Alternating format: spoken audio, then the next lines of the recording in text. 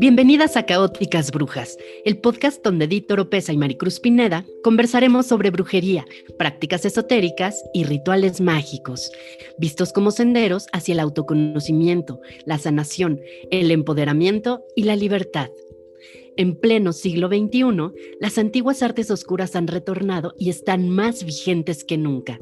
En esta ocasión, hablaremos del tarot y uno de sus aspectos menos conocidos, su poder terapéutico.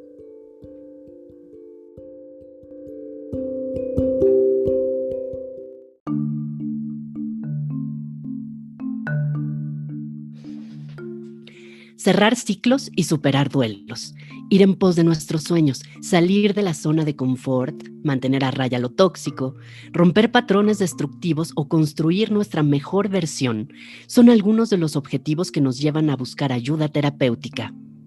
Y aunque existe una gran diversidad de opciones, no muchas saben que el tarot es una excelente alternativa para desenmarañar los nudos de la mente en una forma rápida y efectiva. Si hasta ahora únicamente lo habías visto como cosa de gitanas desenmascarando a mujeres rubias sonsacamaridos, es momento de comenzar a valorar su utilidad como una vía de bienestar y equilibrio.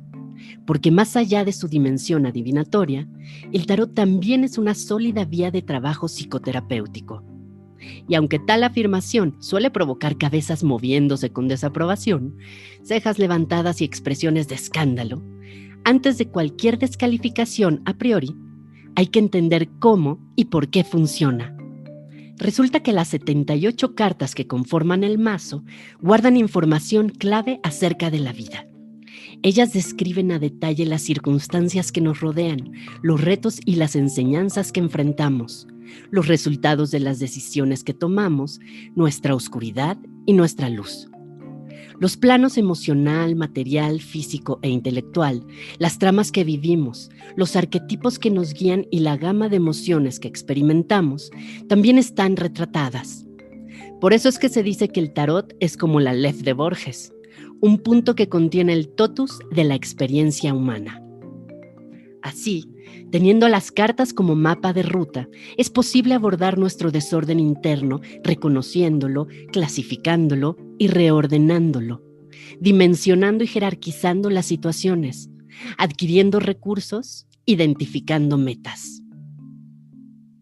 Otro de los puntos fuertes del tarot como herramienta terapéutica es que constituye una magnífica vía para llegar al inconsciente, que reacio a expresarse a través de nuestra parte racional, fluye maravillosamente cuando nos comunicamos con él a través de las imágenes y metáforas que muestran las cartas. Lo que hay que explicar, reflexionar y pensar le llevaría un buen tiempo para llegar al planteamiento adecuado de una problemática psicoemocional. El código gráfico simbólico le acorta notablemente el camino. Desde luego, es necesario el apoyo de un experto que le dé esta orientación y sepa utilizar los recursos precisos y la técnica adecuada, además de poseer los conocimientos necesarios en el área de psicología y la terapia.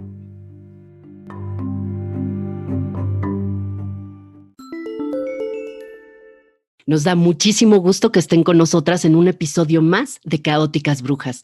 Como saben, nos acompaña Maricruz Pineda, periodista investigadora y maestra en artes oscuras.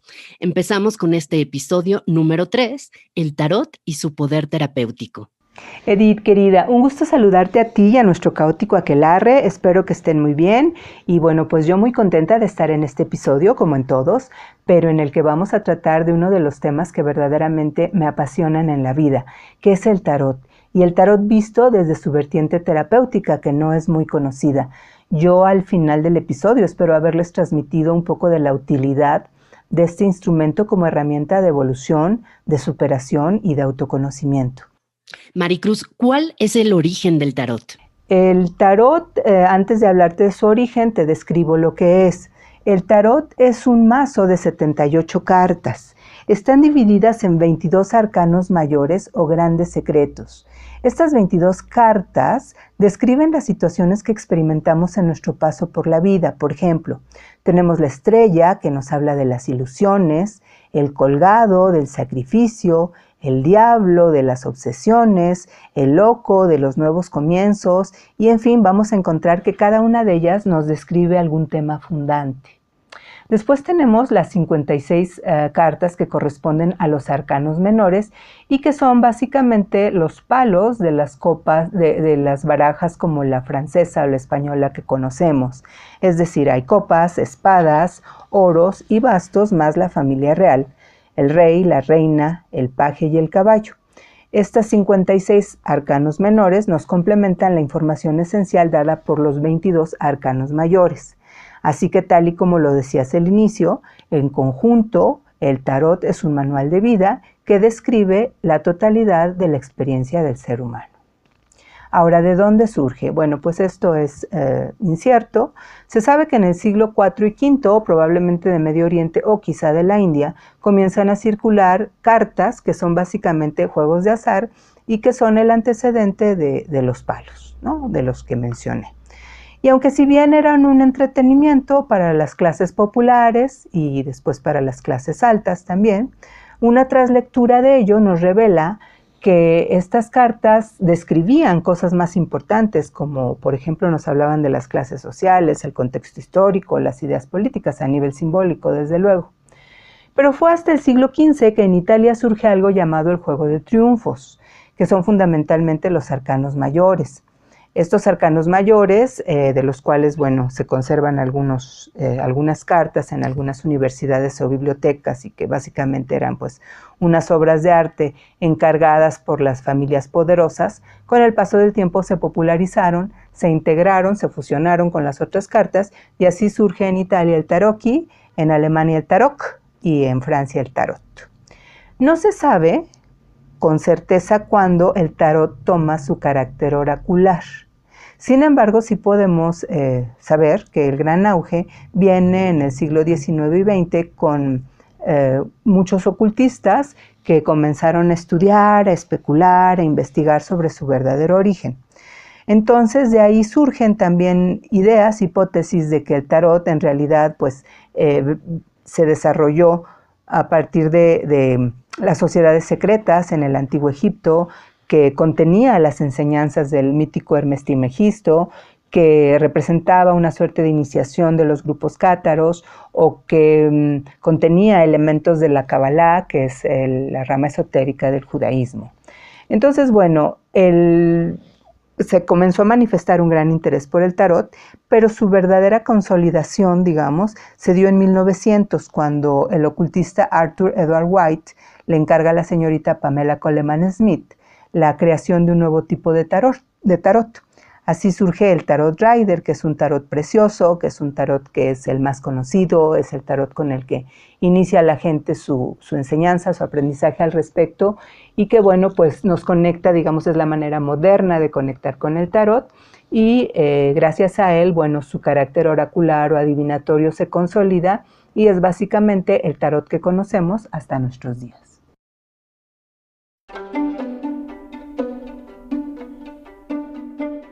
¿Y nos podrías decir cuántos tipos de tarot existen? Bueno, si estamos hablando de la parte física, vamos a encontrar una enorme diversidad de mazos de tarot, porque inspirados en la estructura básica de 22 arcanos mayores y 52 arcanos menores, vamos a encontrar pues propuestas muy interesantes. Algunas fusionan temas o tradiciones como por ejemplo el tarot astrológico, el celta, el de vampiros, el chamánico, el egipcio, déjame acuerdo, el de los ángeles, el de los cuarzos, el de los animales, el de las hierbas, el de las brujas, desde luego. Luego hay otros tarots hermosísimos que son verdaderamente piezas de colección y tesoros para quienes lo poseen. O hay otros muy locos, está el tarot de los Simpson, por ejemplo, otro que está inspirado en los personajes de Guillermo del Toro o en Harry Potter, en fin, ahora sí que en gusto se rompen géneros. Pero si a lo que nos referimos es a la utilidad del tarot, ahí también vamos a encontrar variaciones, ya que si bien lo que conocemos generalmente es su uso predictivo, su profundidad y sabiduría también nos permite trabajarlo a otros niveles, como a un nivel evolutivo, filosófico, psicológico, reflexivo y, por supuesto, bueno, pues terapéutico.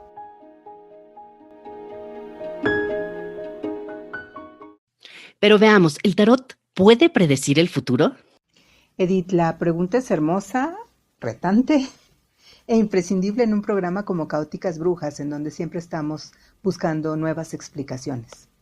Y además resulta la condición sine qua non de quienes hacemos tarot. Constantemente la pregunta es si con nuestro mazo podemos predecir el futuro.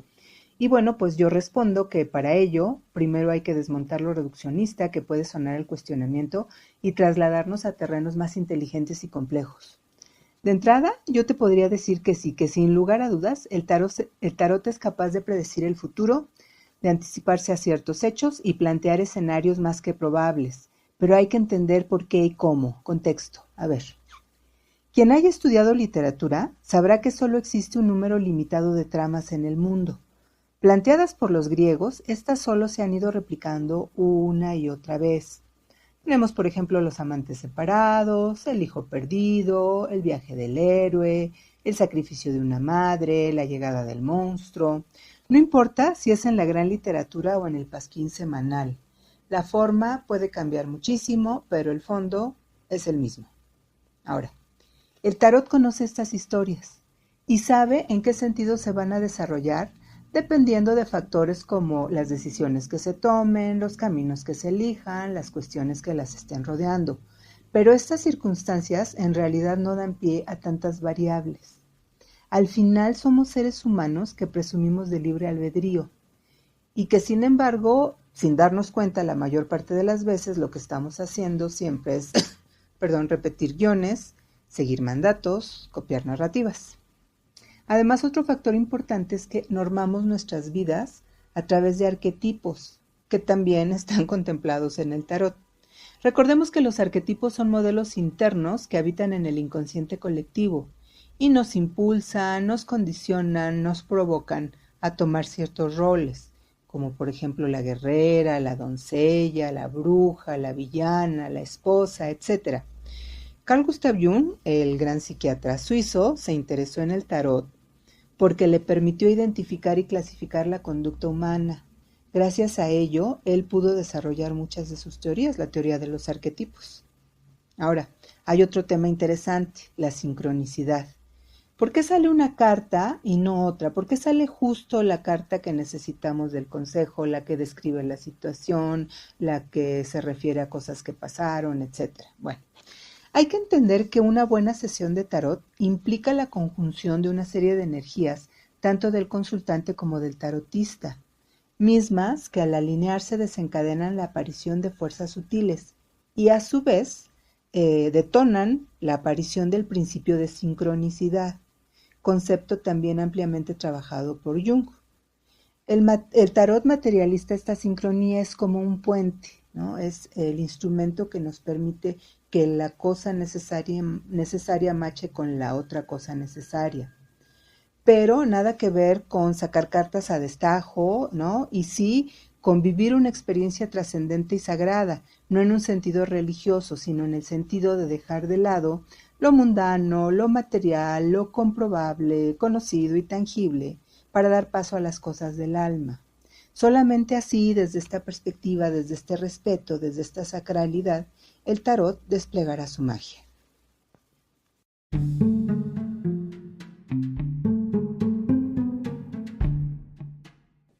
Maricruz, explícanos cómo es una sesión de tarot terapéutico y cuál es su objetivo. Pues mira, el tarot terapéutico tiene la misma finalidad que cualquier proceso de terapia formal.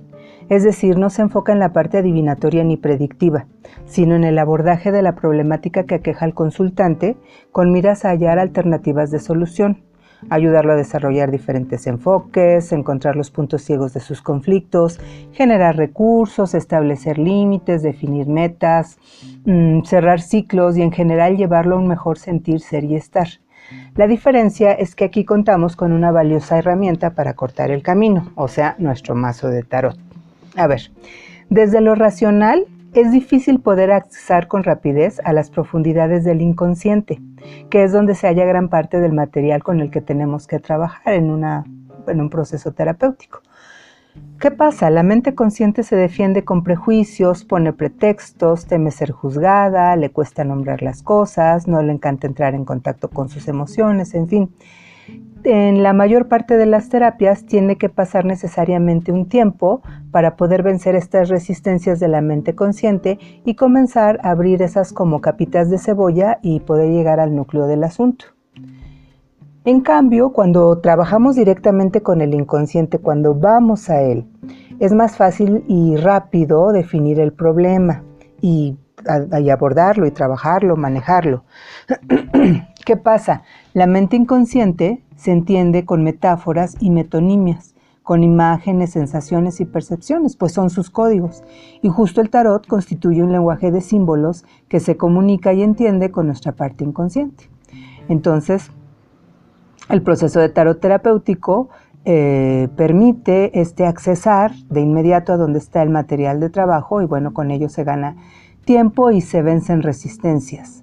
Un proceso de tarot terapéutico consta de varias sesiones, igual que cualquier terapia formal, en las que las cartas juegan un papel principal.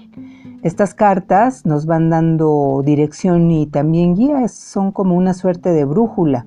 Es mucho más certero el camino hacia dónde andar cuando utilizamos un recurso de esta naturaleza. Y como en todo, bueno, pues hay que tener paciencia porque los cambios no se gestan de la noche a la mañana. Pero en mi experiencia, bueno, pues es muy benéfico poder trabajar y entrar de lleno, ¿no?, en las problemáticas que tenemos que abordar a través de un instrumento como el tarot. No necesariamente tiene uno que dedicarse a las artes esotéricas para poder utilizar el tarot como una herramienta de trabajo. Conozco muchos terapeutas, muchos colegas que sin que necesariamente estén comprometidos o estén interesados en la parte esotérica, adivinatoria del tarot, lo utilizan con gran éxito dentro de sus consultas. Además, algo que es muy interesante es que un proceso terapéutico con el tarot permite que el consultante participe activamente, porque al final del día las cartas constantemente lo están tocando, lo están retando, le están recordando, le están cuestionando, lo están proponiendo. Es decir, un trabajo con el tarot, más allá del trabajo terapéutico en sí, también permite a la gente abrirse a un tipo de, empezar a abrir las ventanas de su sensibilidad, de su percepción y de su intuición. Entonces, bueno, es un trabajo maravilloso, es un proceso muy bonito y yo que tengo tantísimos años de estar dedicada a ello, puedo constatar fehacientemente su efectividad.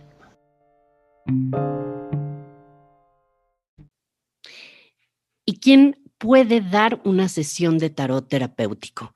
Creo que eso es lo más importante y acercarnos a las personas indicadas hace la gran diferencia. Una persona sumamente preparada. Es necesario recalcar que no cualquiera que lea el tarot está capacitado para llevar un proceso de tarot terapéutico. Tiene que ser alguien con conocimientos en psicología, en terapia, con mucha experiencia, que haya logrado desarrollar un modelo propio de tarot terapéutico integrado o complementario a sus otros recursos o línea de trabajo. Pensemos que aquí no se trata de acudir a preguntar si el fulanito sigue pensando en mí o si me van a dar un aumento en el trabajo, sino que estamos hablando de emociones profundas de la gente, de tomas de decisiones importantes, de cambios nodales para su vida. Entonces hay que tener mucho cuidado con ello. Muchos de mis colegas, yo misma, tenemos muchos años de trabajo y de estudio en el tarot terapéutico, entonces pues esto es algo importante de tomar en cuenta cuando vamos a elegir a alguien que nos va a conducir en este proceso. Y bueno, pues, ¿cómo lo podemos detectar? Digamos, pues, nada como preguntarle a la persona que nos interesa que nos lleve el proceso, pues, cuál es su experiencia, cómo lo maneja, qué perspectiva ve, si cree que un trabajo de esta naturaleza nos puede ayudar, en fin, hacer esta indagatoria que en términos generales siempre tendríamos que hacer en cualquier área de la contratación de los servicios de algún profesional y mucho más en este aspecto que se trata de nuestra salud mental.